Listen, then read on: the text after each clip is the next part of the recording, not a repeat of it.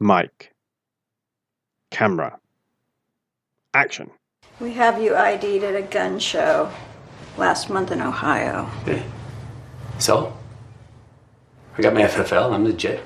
Well, you might have a license to sell firearms, Rick, but I think we can both agree that you're not legit. Frank, I've never sold an unregistered weapon to anybody. Not knowingly. And I've got papers on every piece to prove it. You got the papers on the silencers? Because that makes it manufacturing. Then you got possession, you got distribution. That's a 10-year ticket, Rick. You want to go away for 10 years? Come on. You sure you don't recognize anyone? Come on, guys, look. I'm just a dad trying to do right by his kids. 2 or 3 years, I make my stake. I open up some video stores. I'm getting the kids out here, take them someplace nice. And besides, I live here.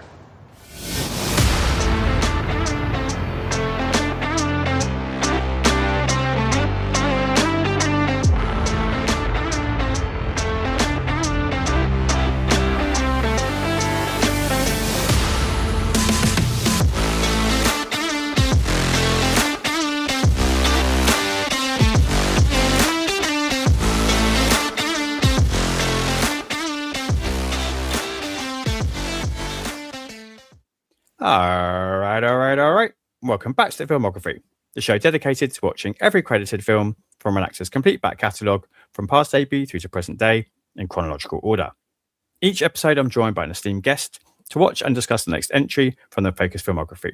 I consider how it ranks them as their career and whether we can trace any typecasting trends or topic traits or theatrical tics. Today, I'm joined by Glyn Davies to discuss McConaughey's performance in Yann Demange's White Boy Rick from 2018.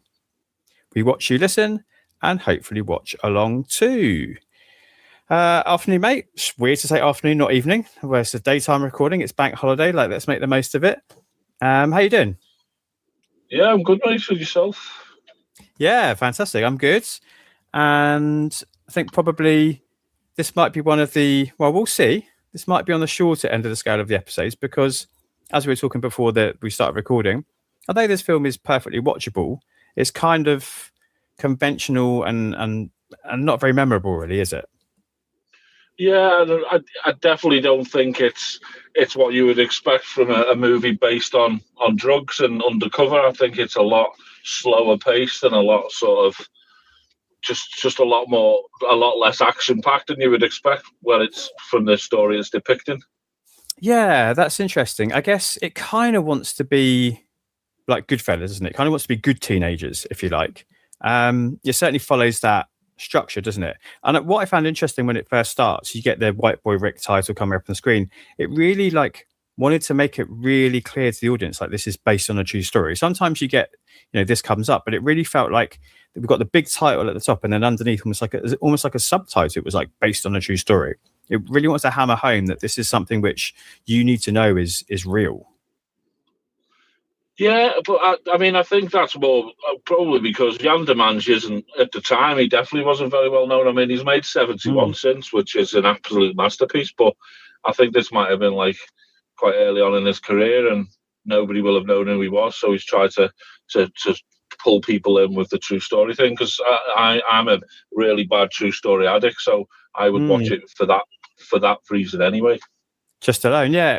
He's interesting, wasn't he? Because I looked him up, really, because I couldn't work out what he'd done. I'd never heard of him, because some of the things which I definitely want to talk about as being highlights in this are his direction, the cinematography by Tat Radcliffe, who it looks like they work together a lot, but they don't work together that much. They don't make much. They're not prolific, which surprises me, because I think this is a really well-assembled piece of documentation, if you like. It's sort of somewhere between, it's almost like a docudrama, isn't it? It's fiction, but it does watch very much like something that could be true crime, essentially, doesn't it?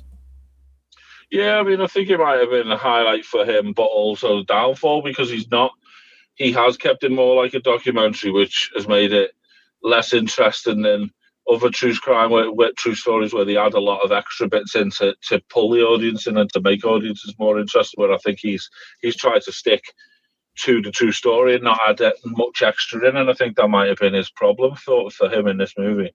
That is interesting, because Goodfellas was a comparison I made in the intro at the start, and that is flashy, that is showy, that is Scorsese, right? That is a man who knows how to make something fast paced and memorable, and to augment everything, to make everything slightly bigger and slightly more exciting than probably what the real life version of it is. We know that was essentially based on a true life story in Henry Hill as well. So this does feel kind of low key, doesn't it? And feels like they really wanted. They're clearly invested in the story of the character, aren't they? The character being a real life person, obviously Rick Wershey. Like they really were invested in this person, I think, and wanting to tell his story. Yeah, I mean, I've not read into it, but I'd like to hear how he managed to get someone like Matthew McConaughey, with him being not very well known, to have sort of pulled him in at the time, because I definitely have never heard of Yann Demange, even though he's directed episodes of Top Boy, which I've watched as well. You don't really look who's directed TV shows and stuff, but obviously that's very gritty. And 71 he's directed, which is an absolutely brilliant movie. But I'd love to know how we managed to sort of get, unless it was just money orientated, how we got Matthew in the first place.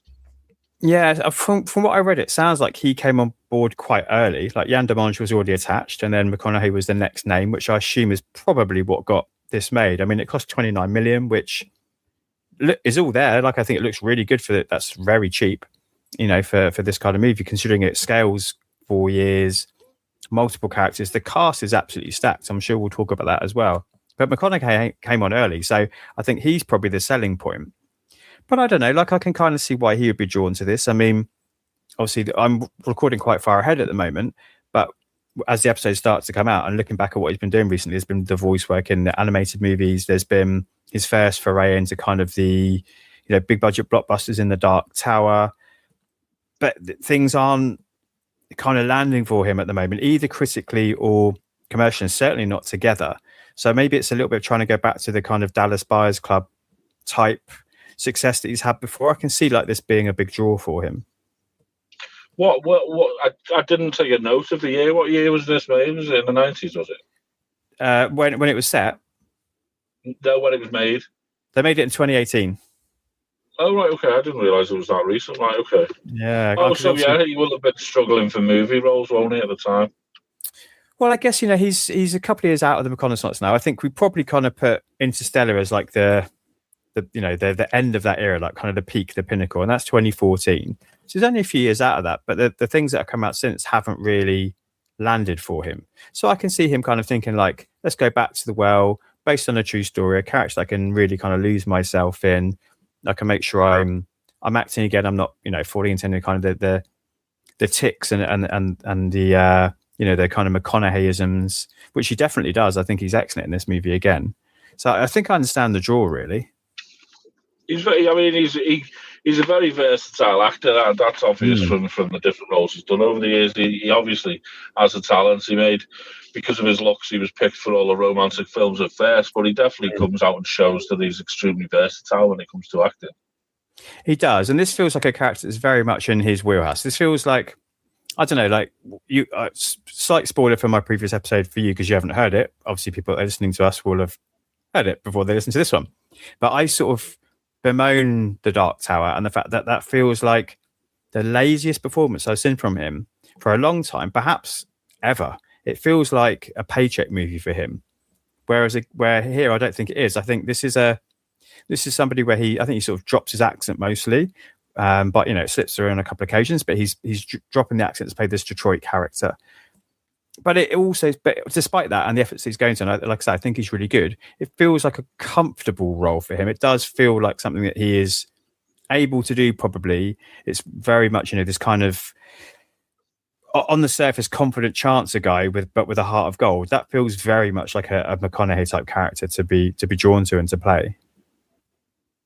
Yeah, I think it shows that he finds acting very, very easy. I think the way he can jump from role to role, he definitely finds acting extremely sort of easy on his part. And one of the things I remember from this movie, because it's not sort of that, is the gun scene where they're talking him down on the price of the guns because he's selling them as Russian and they're not Russian, and just how cheeky he is, and then he takes the pistol and just walks away because he's blackmailed him. I just think he just plays the character very well. I didn't realise how young the kid was because the actor doesn't sort of look 14, but that's how old he was, and I think they don't really cover that in the movie, how young he was to be an FBI informant either. They don't really touch on that enough in the movie, I don't think. It's interesting. Yeah, I agree. They mention it, but there's not that big of a deal made of it, which, it's kind of almost in like the byline for the movie. It's, the youngest ever informant of the FBI and this kind of stuff. But it's not a central kind of point to the movie, is it really, that the guy's that young? I mean, again, I think he's excellent. The actor's name is Richie Merritt. This was his debut. I would completely bought into the fact that he was Rick Wershey Jr. I just thought he was that character. I didn't feel like there was somebody performing that. What about you? Oh yeah, I think it was a stellar performance, and apparently he didn't know who Matthew McConaughey was when he told him who he'd be acting alongside. Which, I mean, I suppose if you're not big into movies, then maybe you wouldn't know who he was. But I mean, Timothée Chalamet was considered, but I think he would have been quite new at the time as well, wouldn't he? Yeah, I think so. I mean, he was in Interstellar, obviously, with McConaughey. He played his son in that. So they would have had past history as well. So that would have been interesting. But I think going with the unknown was the right decision here. So he could be, you can just be that character rather than somebody acting that character. Oh yeah, I do think he was absolutely brilliant in the role. He had a kind of, for me, a Joaquin Phoenix kind of energy.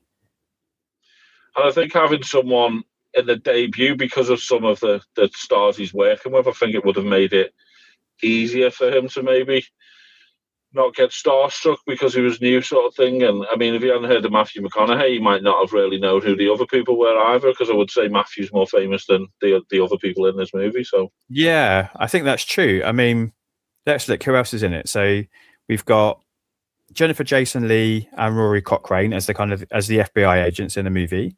Two big names. Maybe Rory Cochrane's, slightly lesser known than Jennifer Jason Leigh, but obviously he's got his own past history with McConaughey from Dazed and Confused as well. But you've got Brian Tyree Henry, you've got Eddie Marzan, Taylor Page is an up-and-coming actress at this point. Bruce Dern and Piper Laurie, play the grandparents. They're both, Hollywood legends. They've been around for a long time. You probably had no clue who they were. And then the last one to talk about, which, we'll touch upon him and his controversy, and then we'll move on quickly, is Jonathan Majors is in this as well. Quite an early role for him. Yeah. It's a shame because he's excellent in this. And I think actually he's excellent in everything. I think he's a really charismatic actor. He's just a shit in real life, unfortunately. Yeah, I mean, I think you can't say that what he gets up to shouldn't affect it. But I mean, your private life is your private life. I suppose if you weren't in the public eye and in the paparazzi, then he'd still be a very successful actor and he'd be doing very well for himself. But I don't condone anything that he's done, but your private life should be your private life. There's much worse things going on in celebrities. I mean, Matthew Broderick's career wasn't affected, and he killed someone in a car accident in like the 80s or something. And he didn't seem to be affected by that. I just think because of social media and everything else, it's much easier for an actor's career to be ruined now. Yeah, I guess that's true. The whole kind of cancel culture, isn't it? But I think he's another one of those ones who it's almost the way that he dealt with the situation kind of in the media and as a celebrity, if you like, that is not worse, obviously, but, that lack of kind of apology or guilt or ownership, or I think that's where things become problematic, doesn't it? It's when actors kind of believe they're too important to kind of fake Hollywood. Go on, yeah. It's the Hollywood arrogance, isn't it? Because they're so famous, they think they can literally get away with whatever and they'll be fine. Yeah, I agree. So it makes kind of sense that he's good at playing this kind of dark gangster, hair trigger temper type character, because it sounds like that's kind of what he's like in real life. Maybe there wasn't much performance going on.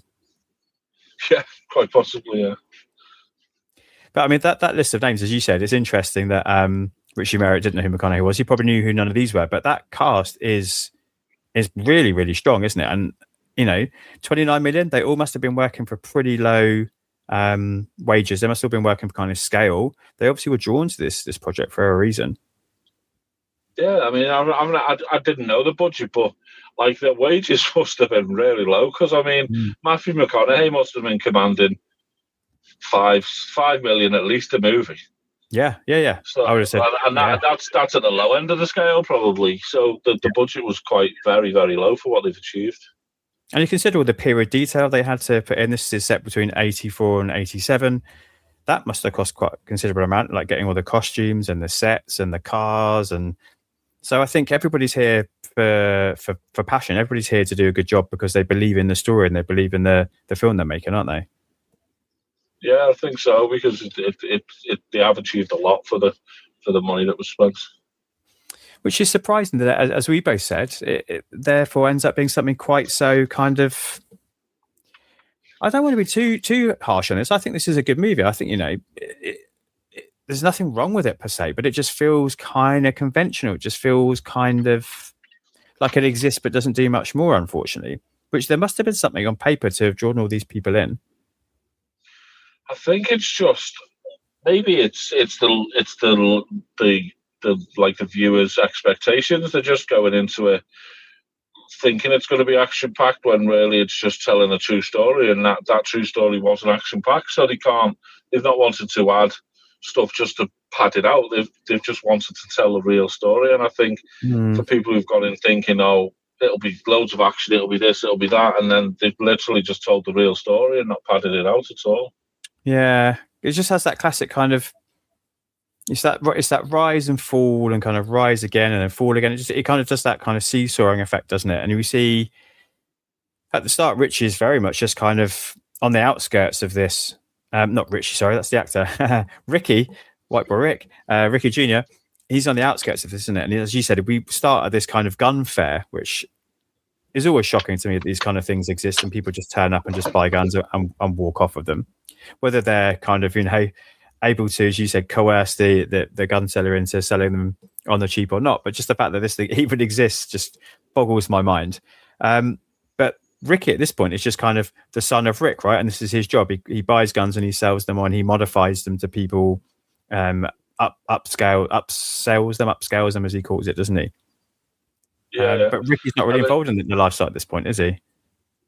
No, not at all. But I mean, yeah, the American. I'd love to know who first allowed the gun culture in America, because, like, it's all very well buying a gun, but how easy it is to buy a gun is just insane. They're like in corner shops and everything in America. It's just crazy.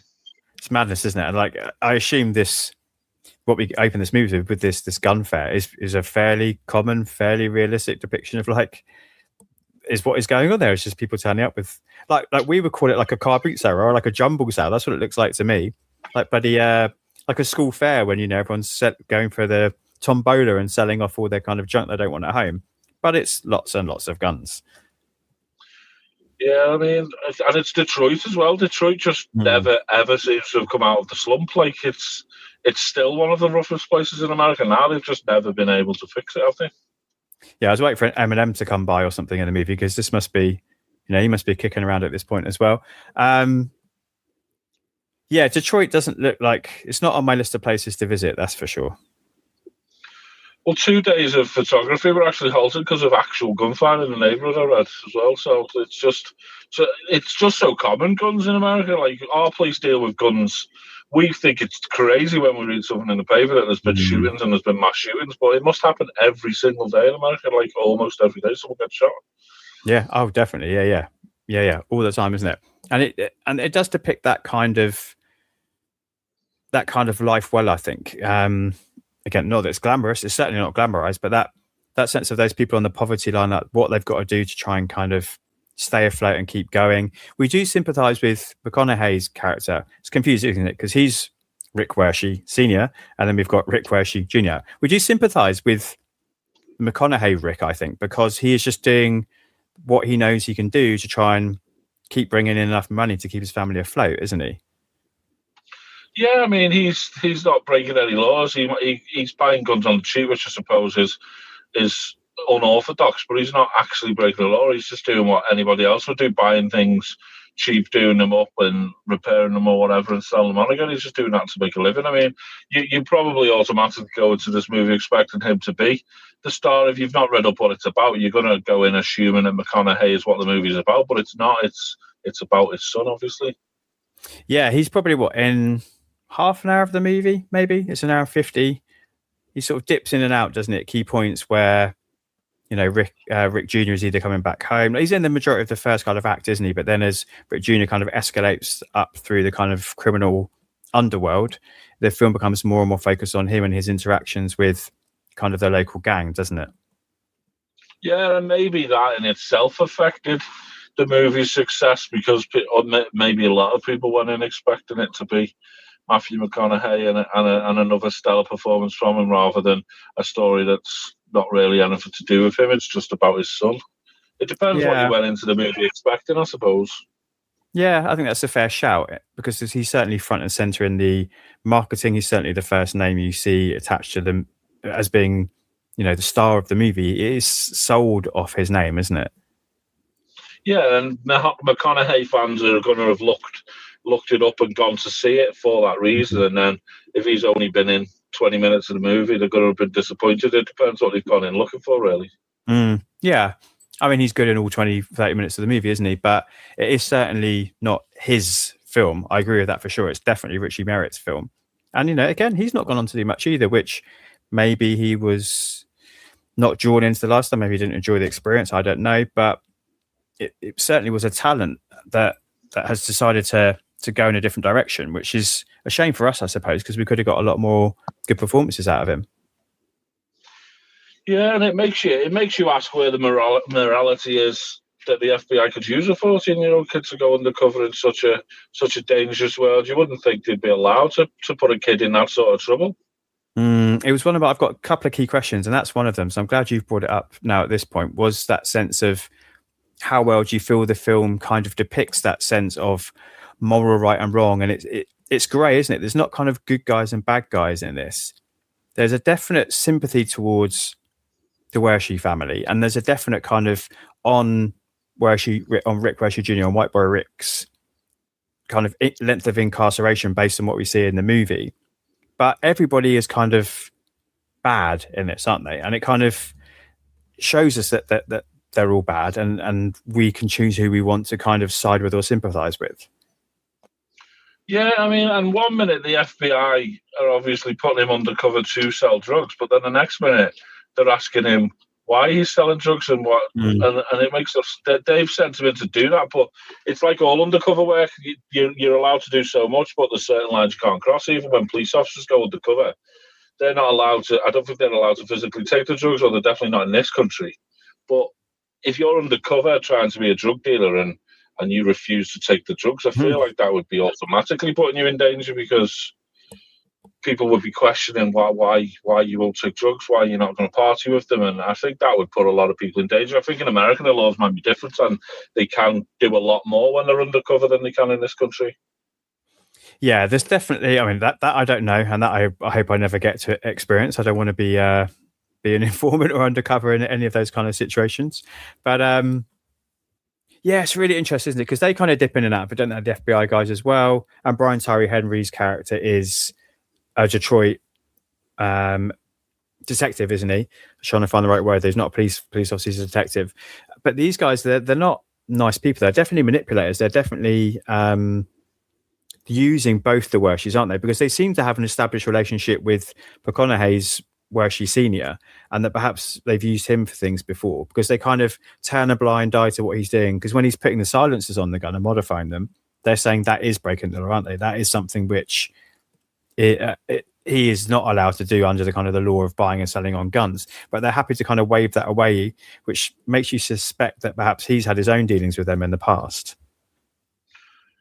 Yeah, I mean, that is quite a common thing in American movies and even true stories. I think that the police and the FBI and everyone else are willing and are allowed to ignore so much in order to get the next person in the line. Because there's a true story with Dwayne Johnson where they completely ignore what's been going on so long as they can get the person above him. And I think in America they must be allowed to ignore so much in order to get the man, sort of thing.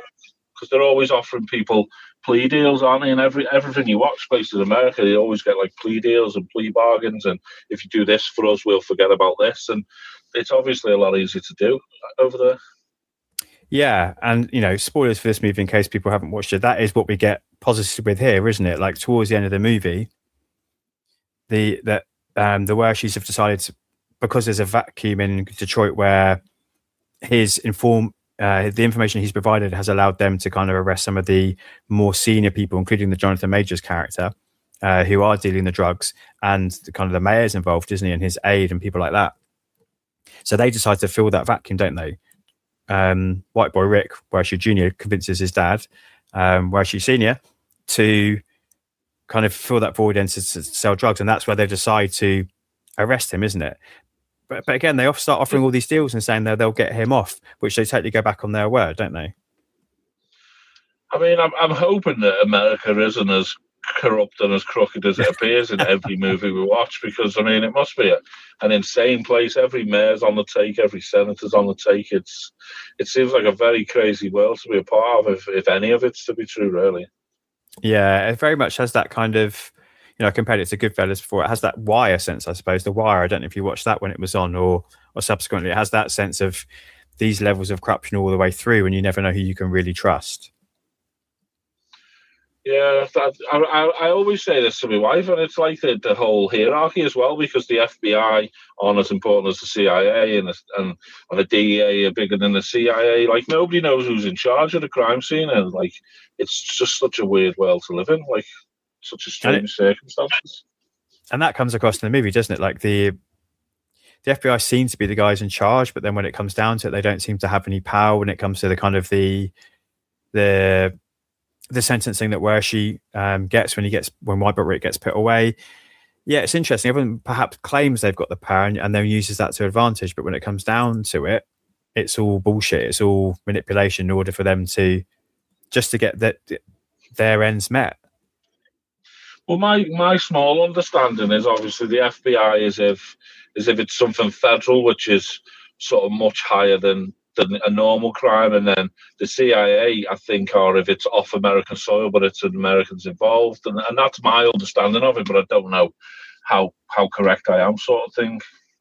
Yeah, and I don't think this film is interested in trying to answer that, but it wants to let us know that they're happy to throw around quote unquote power when it suits them, but they're not willing to kind of back it up if it makes their life difficult in any way. Yeah, I did. I was intending to watch. There's a documentary on this as well that come up next to this one when I searched for it, and I was going to try and watch that to see how different it was from the movie, but I never got a chance. So I probably will still watch it just to see what the differences are.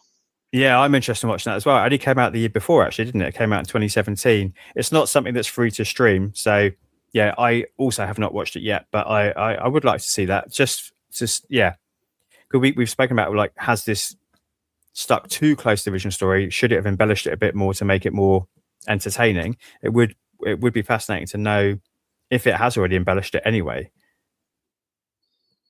Yeah, to see if they've added anything to pad it out. Like the Las Vegas stuff, that feels like that's probably maybe they went to Vegas, but that sort of section feels like maybe that's some fictional storytelling that's been put on top.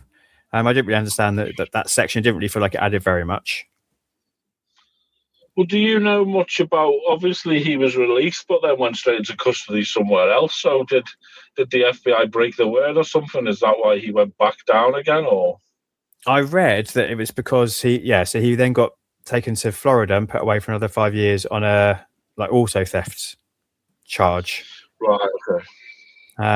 Yeah, I don't know enough about how these things work, but that sounds a little bit unfair to be put away for 30 years to be released, to then automatically be put away again for 5 years on a totally separate charge. It feels like it does feel like victimization. It does feel like he's being targeted for a particular reason to me. So I can see why they were compelled to tell this story. Yeah, I mean, I think if you've done 30 years inside, something like grand theft or whatever could at least be looked over, as you've already served 30 years. So it feels that way, doesn't it? It feels like somebody behind the veil pulling the strings there on that one. There's some kind of wizard who is unhappy with the evidence that he's turned over probably earlier on, 30 years previously. Yeah, I mean, you investigate these movies as much as I do, but did you hear Gil Hill being mentioned in the movie? Yeah, I didn't actually, not whilst I was watching, I didn't pick up on it, no, but I did read probably the same sort of trivia that you did afterwards, yeah. Yeah, which I found really interesting, that he's actually gone into acting from being a Detroit police officer, which is crazy, really. Yeah, I think, I guess he's there consulting, probably LA Confidential style consulting on sets, and then therefore he's been pulled into the life maybe a little bit. Yeah, it's interesting, isn't it?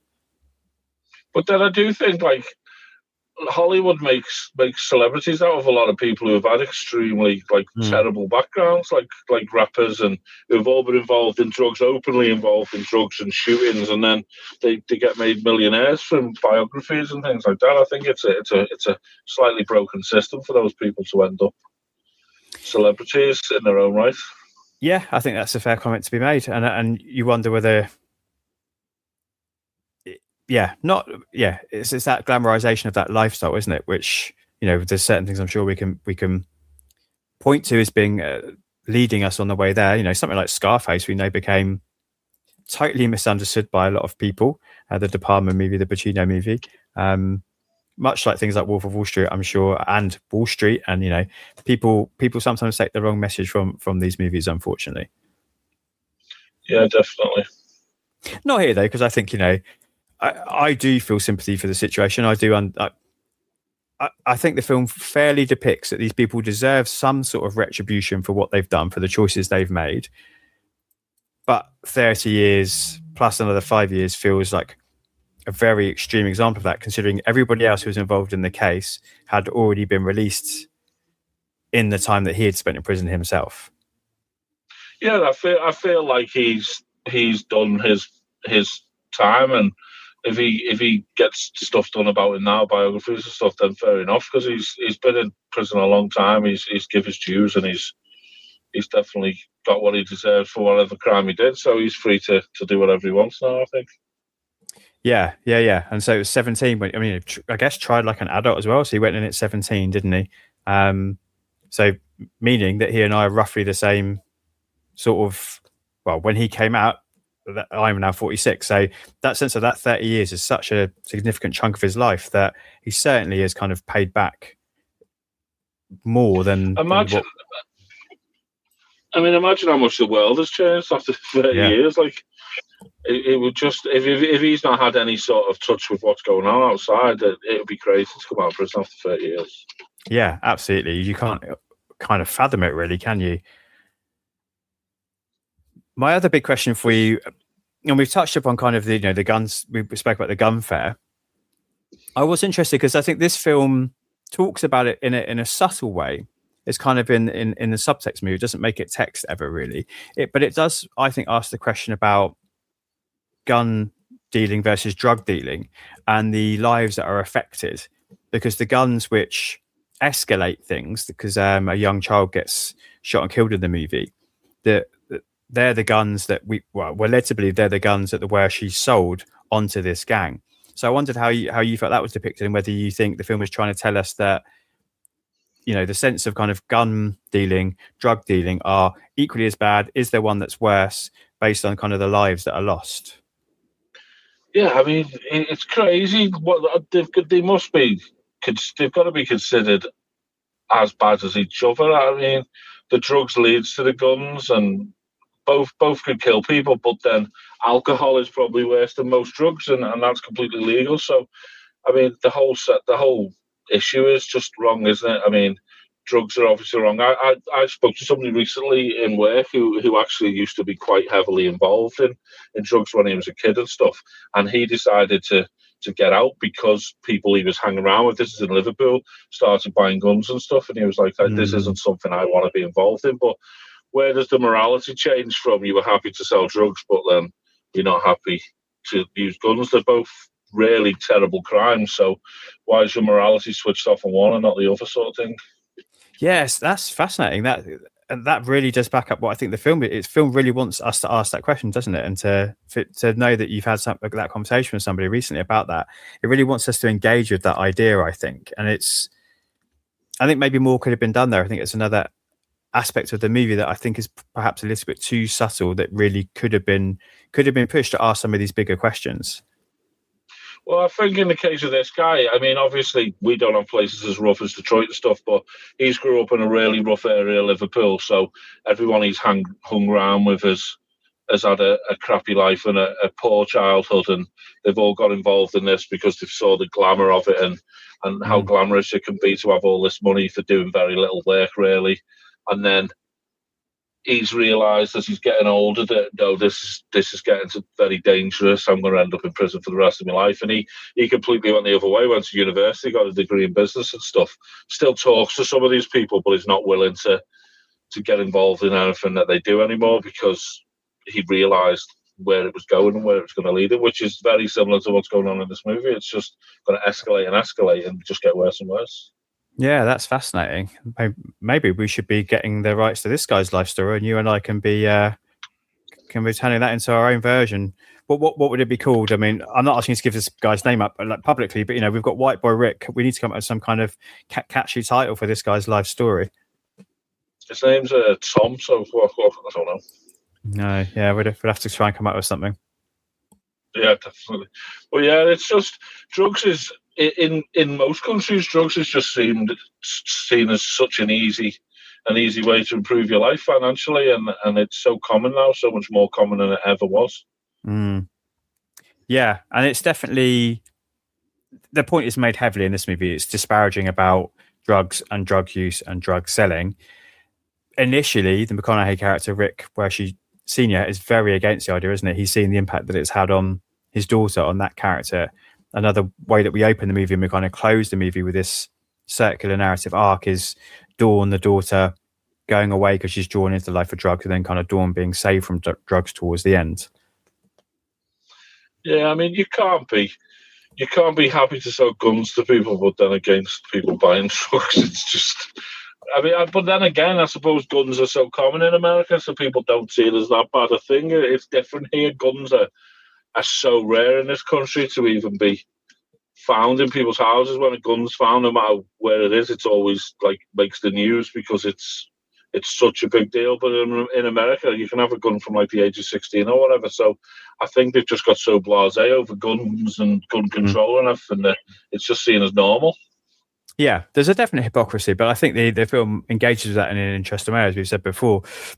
Because even earlier, when the granddad's car is stolen, Rick and Dawn are out on the street, aren't they? Firing their guns, shooting towards the car, trying to stop the carjacker from taking it. There are some interesting kind of moments in the movie where we're so used to that kind of being the action of the film and not even questioning it, versus the reality of what is actually unfolding there needs to be kind of discussed and spoken about. Yeah, it's just such a different world to here, America. I think it's very, very difficult to fathom what's bad and what's not. I mean, they're trying to change the gun laws. I don't think it would ever happen because everyone who owns guns is going to stand the ground with those guns when someone turns up to try and take them off them. And I think what they've done is irreversible with gun laws in America. I just don't think they'd ever be able to get anywhere with it. No, I'm sure that's true. Yeah, I'm glad we're not in that position here, that's for sure. Let's think. If there's anything we haven't covered, I mean, it's interesting. McConaughey met with Wershe in prison. I think that's interesting. Wershe had a lot of nice things to say about him. He said he's real down to earth. He's a nice guy. He's passionate about this story, and he sees the injustice. It makes me feel like he genuinely cares, which I think is kind of McConaughey in a nutshell. Like, he really invests in what he's making, and if it's true life story, like trying to present that in the most kind of genuine, real, passionate way. Yeah, I really like that description from Wershe from McConaughey, because I think that, to me, that's how he always comes across. Yeah, and I think with any biography and any true story, I think it's essential to meet with the guy that's involved, or at least have them consulting on the movie to try and get it as true to life as it was. And I also think McConaughey comes across as that sort of guy who you would get on with, and you would be able to have just a general conversation, a normal conversation with. I think even if you met him in the street, I think he'd be quite down to earth. There are a lot of celebrities that are down to earth that I've spoke to, but there's also a lot of celebrities that think that they're more than they are, and the ones that are more down to earth are always the ones you want to sort of have a chat with and spend a lot of time with. I've sat with people for 8 hours at Comic-Cons working with them, and if you sit with someone who's arrogant and thinks he's the best thing since sliced bread, it's going to be a very difficult 8 hours, whereas you sit with someone who's quite happy to talk about normal life and everyday things. It's a lot more interesting, a lot more enjoyable to be with that person. Yeah. I mean, I'd love the opportunity to sit and spend 8 hours with the focus of this podcast. One day, you never know. We'll see if we can try and arrange that.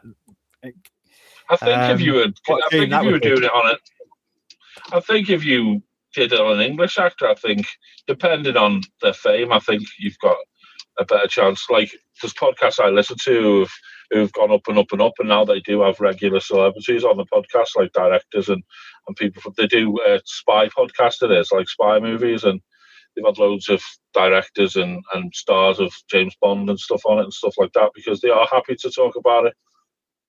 Yeah, that's great. And I'm sure we'd all find him very charming if he was here, all writing with us and explaining to us the backstories of what he's done and the choice of the mullet and the moustache here. And it's another character that feels like he's lost himself. And I think I didn't notice any of the old school rom-commy tics, any of the fallback like body language or facial expressions. It definitely felt like he was Rick Wershey Senior. He wasn't Matthew McConaughey playing a part.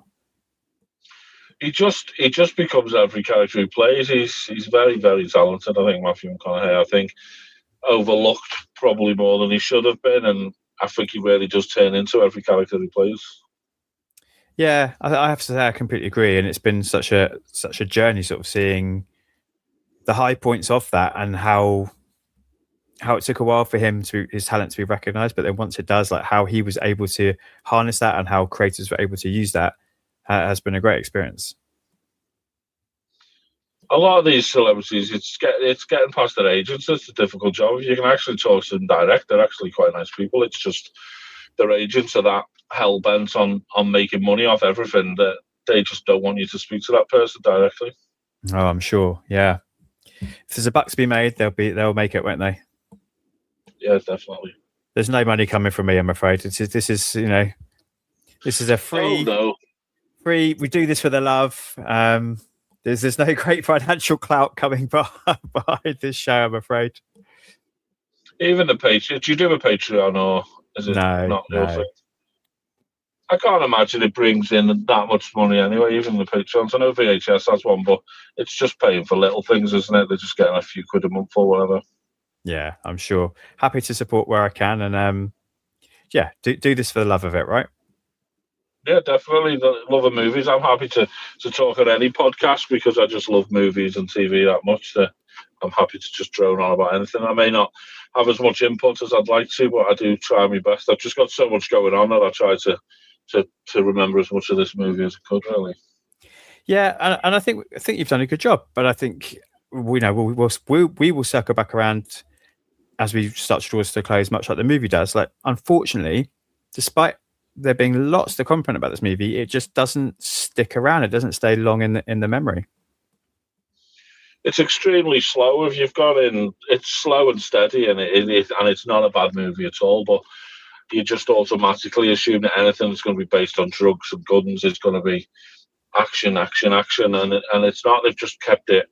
They've probably just told the story a lot more true to life than most biopics and true stories do. That's the difference, I think. Yeah. Should we see what some of the guys on Letterboxd think? Yeah, definitely. Yeah. Okay, Bardia Mazda. They say, don't be fooled by the energy displayed. Let's start again. Don't be fooled by the energy displayed in the trailer. This movie is poorly paced and the editing is all over the place. It reminded me of Black Mass. Yann Demange doesn't know if he wants to make a Scorsese-like gangster tale or a somber biopic, and the final product ends up being an uneven, slow burn with too many story threads that don't go anywhere. The acting is decent, nothing that will stand out.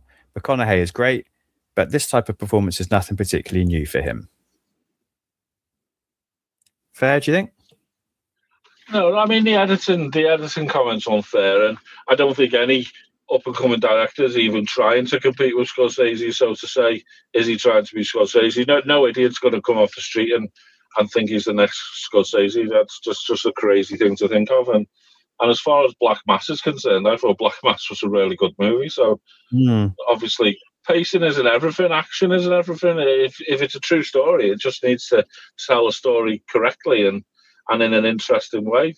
Like, a lot of true stories are padded out, and I just think it's unnecessary. Things are added that didn't happen. And then in that case, it's not a true story. If you're adding loads of stuff just for theatrical reasons and effect on the audience, then it's not a true story. I don't know if I've seen the trailer for this. I certainly, when I started watching this to cover it for the show, I really knew very little about it. I can't even remember a trailer, but it's interesting that review picked out that the trailer kind of depicts it in a way that perhaps we would more expect from the faster paced, more action packed gangster movie, and then they decide not to provide that. But the problem with trailers is that they do show all the best bits, so you do go into everything expecting more than you get. So yeah. In a lot of instances, I think trailers spoil a lot of the action, especially in Marvel and stuff. They show so much that when you get there and the good bits come on, you've already seen them in the trailer, and I think they need to shy away from showing the best bits of movies in trailers. Yeah. Let's end on a positive note. Lyric Life says, wow, Lord, such a phenomenal film. Confidently turns every corner its brilliant screenplay has constructed. It's a tragic story, and I was very invested in these characters. McConaughey is amazing as usual and gives his character such an authentic emotional depth. For a film debut, Richie Merritt is exceptional in the titular role, and we see the movie through his eyes, mostly, except for the times McConaughey takes us into his interior world. The direction is impeccable, a masterful use of music to invoke a sense of atmosphere, combined with perfectly timed editing, vibrant art direction, and beautifully framed shots. It's a visual masterpiece, which makes the fact that it's so well written and acted that much more impressive.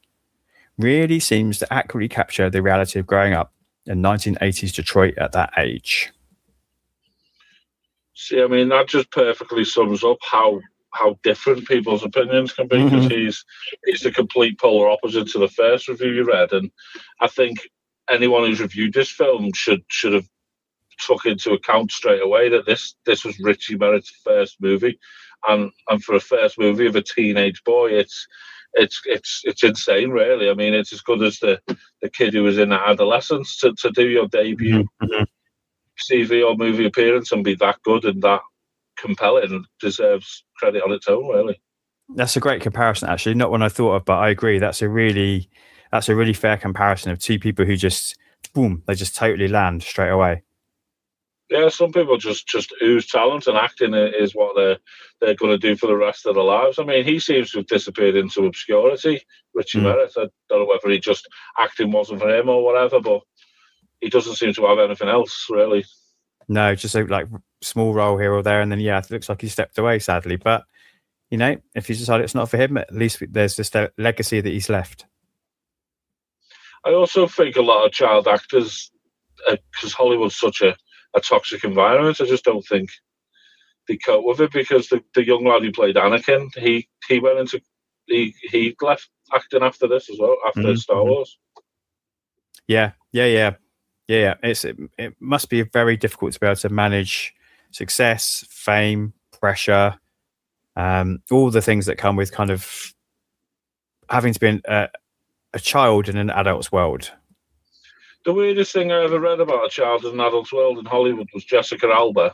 I can't remember the exact information, but I think she was 12 or 13 filming something, and she was kidnapped on set and got missing for a few days or a week or something, but then carried on acting. That actually happened. It's on Google, and she was actually kidnapped and put in a boot of a car, and she carried on acting after that. But how many people out there would continue on the road that they were going down if that happened to them during filming? Yeah, that's scary, and that is something I will be searching up when we finish recording. Yeah, it's insane. When I read it, I just couldn't believe it. Yeah. All right, so let's talk about this in terms of the McConaughey filmography. Do you think this is one of his classic performances? Do you think this is one that's worth catching? Or really do you think it's for completists only? See, the thing with McConaughey is all his performances are worth watching because he's so good at what he does. But I suppose with how short a period of time he's in this movie, we shouldn't really be classing it as a McConaughey movie as such, I suppose. So I'll probably put it in the middle. Yeah, worth catching. I agree. I think he's very good in it as always, but I don't think I'm seeing anything in it from him that I haven't seen before. I don't think it's pushing his career in any kind of new direction at this point. No, and he's not in it enough for it to be a McConaughey movie, really. Yeah, totally fair. Sometimes a film reaches for greatness and just falls short, and this feels like a classic case in that regard. Of course, I hope that our coverage doesn't. So thanks to Glyn for his time and insight in discussion. My thanks to you too, listeners, for your continued support, engagement and participation as we journey through the reconnaissance. That was White Boy Rick. Next up in a fortnight, I'm going to be joined by Spider-Dam to discuss Eminem's performance as Baker Dill in Stephen Knight's Serenity for those that are watching along. Until next time, be excellent to each other and make sure you take the time to treat yourself too. I am Jack signing off. Yippee-ki-yay, movie lovers!